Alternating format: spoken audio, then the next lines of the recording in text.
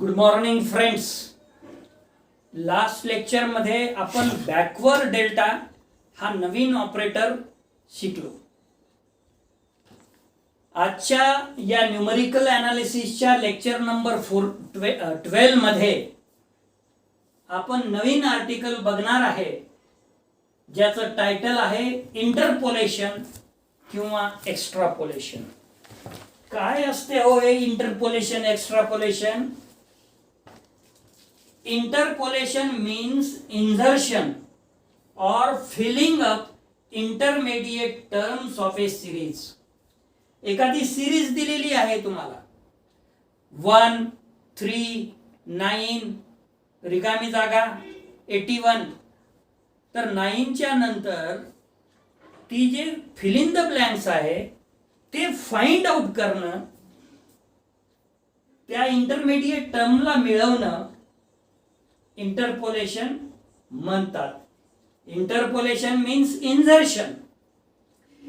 Insertion म्हणजे find out, filling up intermediate terms of a series. It is the technique of estimating the value of a function under certain assumptions for any intermediate value of the independent variable when the values of the function corresponding to a number of the values of the variable are given. Independent variable कशाला म्हटलेला आहे माहिती आहे तुम्हाला? y is equal to f of x म्हणजे x हा independent variable आहे आणि y हा डिपेंडंट व्हेरिएबल आहे. The process of finding the value of a function outside the range of given values of the variable is called extrapolation. Extrapolation कशाला म्हणता येईल आपल्याला? की the process of computing the value of a function outside the range, जी आपल्या range मध्ये नाही, of given values of the variable is called extrapolation. Assuming that the function is approximated by a polynomial of degree n which coincide with it for the n plus 1 points. Which are they? x0 y0 coordinate form मध्ये, comma x1 y1 comma x2 y2 comma dot dot dot xn yn. इथून जर इथपर्यंत विचार केला तर n points होतील आणि तीच x0 y0 plus 1 म्हणजे n plus 1 points, or can be represented to any desired degree of approximation or accuracy by a polynomial. The calculus of finite difference is helpful is estimating the missing figure or figures. जे series मध्ये आपल्याला एखादी value दिलेली नसेल ती आपल्याला काढायचं आहे, यालाच आपण इंटरपोलेशन असं म्हणतो. एक्स्ट्रापोलेशन कशाला म्हणतात? की रेंजच्या बाहेर जर व्हॅल्यू असेल तर extrapolation. Next article 1.8 interpolation with equal intervals.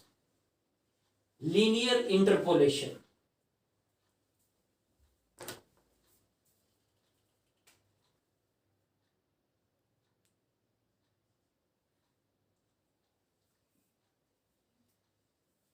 x-axis, y-axis. This is origin. This is tangent. This is a plus h. This distance is a plus h. So this point A, x is equal to a, y is equal to f of a, f of a. At x is equal to a, y is equal to f of a, because y is equal to f of a, f of x. This B point at x is equal to a plus h, y is equal to f of a plus h, and this curve is y is equal to f of x. Suppose a comma f of a plus h comma f of a plus h are the points A and B given to us. Then y is equal to C0 plus C1x. This is equation number 1. A linear expression in x is assumed to be an adequate representation to the function y is equal to f of x. Y is equal to f of x is equation number 2. Y is equal to C0 plus C1x, this is equation number 1. Where C0 and C1 both are not equal to 0, are unknown constants. Then del f of a, which is equal to f of a plus h minus f of a by definition. But with the help of this, f of x is equal to C0 plus C1x.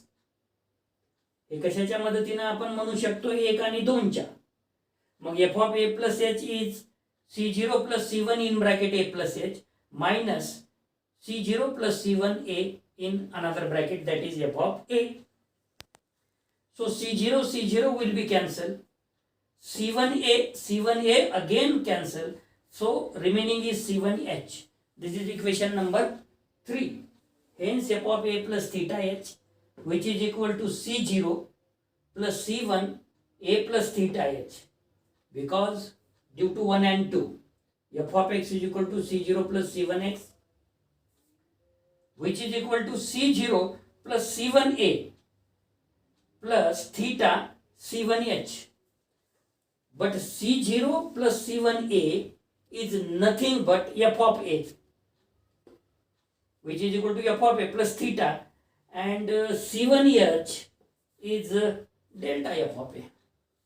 So due to equation number 3 and equation number 1 and 2, 1 and 2 and 3 we can easily write down, which is equal to f of a plus theta into del f of a, which is equal to f of a plus theta in bracket. When we operate this del on f of a, it gives f of a plus h minus f of a. From first term and last term, taken out f of a common, so remaining is 1 minus theta, when after multiplying theta with f of a, plus theta f of a plus eh, which is the required linear interpolation formula, which is the required interpolation formula. जर first डिग्रीची polynomial असेल तर हे आलं.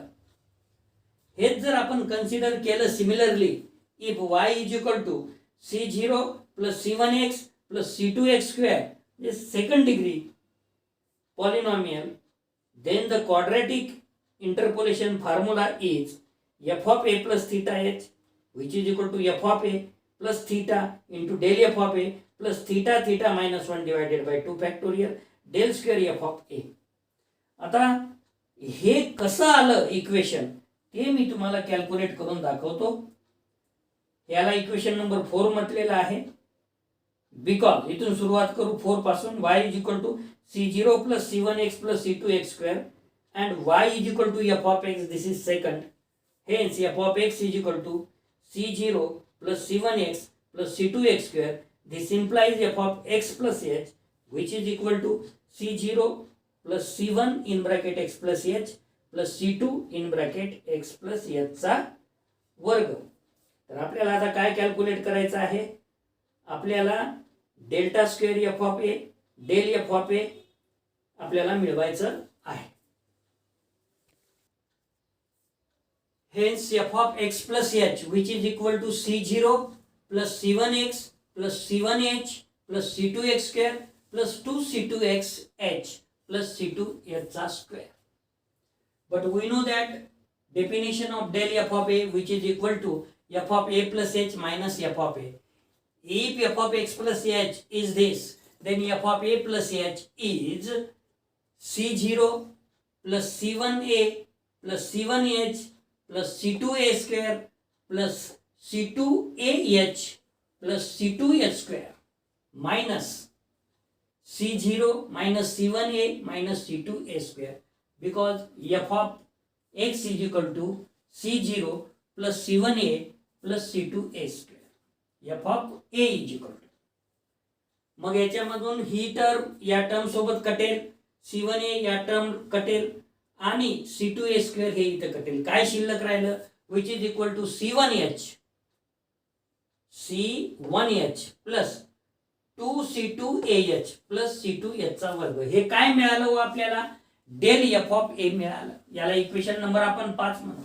Hence F of A plus theta H which is equal to C0 plus C1 in bracket A plus theta H plus C2 in bracket A plus theta H चा whole square which is equal to C0 plus C1a plus C1 into theta H plus C2 A चा वर्ग. याला आधी expand केलं, A square plus 2 times A into theta H plus theta square H square आणि multiply केलं plus C2a square plus 2C2 theta h a plus C2 theta square H square which is equal to C0 plus C1a आणि हा C2a square एका ब्रॅकेटमध्ये घेतलं कारण ही F of ए ची किंमत आहे plus theta C1h plus 2C2ah theta plus C2 theta square H square. इथं add काय केलं आपण, C2h square theta minus C2h square theta add आणि सबट्रॅक्ट केलं. So which is equal to C0 plus C1a plus C2h square plus theta taken out common. कुठून कुठून काढलं हो थीटा कॉमन, या टर्म मधून C1h राहिला प्लस या टर्म मधून 2C2ah राहिला प्लस या टर्म मधून C2h चा वर्ग राहिला. मग राहिलेल्या दोन टर्म मधून काय कॉमन काढायचं आपल्याला, C2h चा वर्ग कॉमन काढायचा. म्हणजे शिल्लक काय राहिलं, theta square minus theta. So which is equal to this is nothing but F of A plus theta. This is del F of A जे की आपण इथं 5 मध्ये काढलेलं आहे.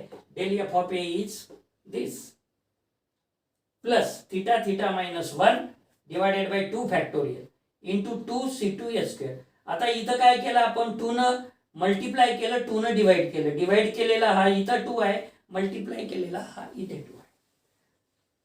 So which is equal to del square F of A which is equal to del in bracket del F of A which is equal to del in bracket del F of A म्हणजे equation number 5 मध्ये C1h plus 2C2ah plus C2h चा वर्ग. So operate this del again on this function. So which is equal to C1h plus 2C2 in bracket a plus h plus C2h चा वर्ग minus C1h minus 2C2ah minus C2h चा वर्ग. काय काय cancel होते, C1h cancel होते, minus 2C2ah plus 2C2a आणि h minus C2h चा वर्ग. म्हणजे शिल्लक काय राहिला, फक्त 2C2h म्हणजे h चा वर्ग.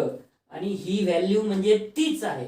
म्हणजे ही कशाची व्हॅल्यू मिळाली आपल्याला, डेल स्क्वेअर ए ची. आणि म्हणून आपल्याला आता म्हणता येईल F of A plus theta H which is equal to F of A plus theta into del F of A plus theta theta minus 1/2 factorial into del square F of A. म्हणजे कसं आलं हे expression हे आपण तुम्हाला इथं calculate करून दाखवलं. मित्र हो, आजच्या लेक्चरसाठी आपण इथेच थांबणार आहोत.